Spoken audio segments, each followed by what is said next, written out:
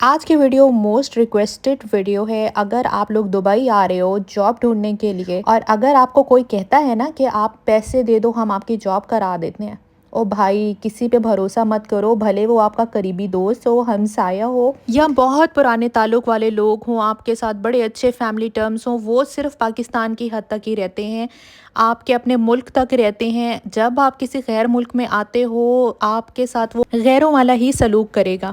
2 دن پہلے کی میں آپ کے ساتھ بات شیئر کروں گی کہ انڈیا سے کسی نے امام مسجد کو بلایا دبئی مسجد میں، اس کو جاب لگوانے کے لیے۔ وہ بندہ وہاں سے آتا ہے، اس کے جاننے والے نے امام صاحب کو جو ہے وہ پارٹیشن میں ایک بیڈ سپیس لے کے دی۔ 1 مہینے تک کوئی خبر نہیں لی۔ جیسے ہی 1 مہینہ کمپلیٹ ہوا، آنر نے اس کو بیڈ سپیس سے باہر کر دیا۔